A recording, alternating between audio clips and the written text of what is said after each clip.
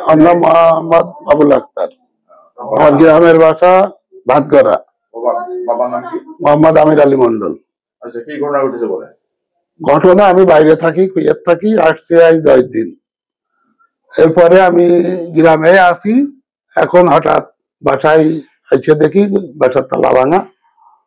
আমার 4 ভরির মতো গয়নাগাটি নিয়ে গেছে, অন্য কোনো জিনিস নিয়ে যায় না। বাসায় কেউ নাই, আমরা গ্রামের বাড়িতে আছি। আজ 10 দিন মতন গ্রামের বাড়িতে আছি। সকালবেলা আমার ছেলে পিরামিড পড়ে আসলো, ও বলছে যে আব্বু পাঞ্জাবিটা টুপিটা নিয়ে আসি, নামাজ পড়তে আছে, তা আপনি দোকানে বসেন, আমি নিয়ে আসি। ও ঘুরে দিয়ে বলছে আব্বু বাসায় চুরি হচ্ছে, তালা ভাঙা। এরপরে যাই, আইসে দেখছি এই অবস্থা, আপনারাও দেখছেন। আমার ছেলে আইসে দেখে তালা ভাঙা, সব এলোমেলো জিনিসপাতি, সব এলোমেলো, অন্য কোনো জিনিস নাই, শুধু গহনা কয়টাই নিয়েছে। হ্যাঁ, গড় মিলিয়ে 4 ভরি গহনা।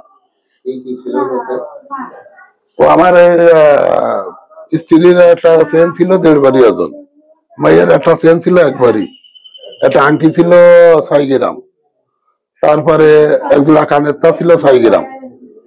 এইগুলোই নিয়েছে।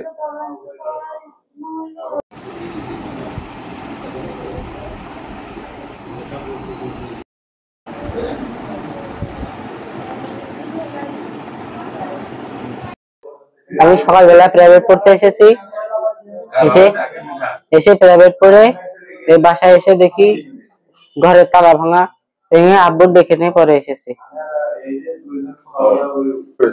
ওই আম্মুর গহনা আর আপুর কানের তা, এগুলোই নিয়ে আসছে।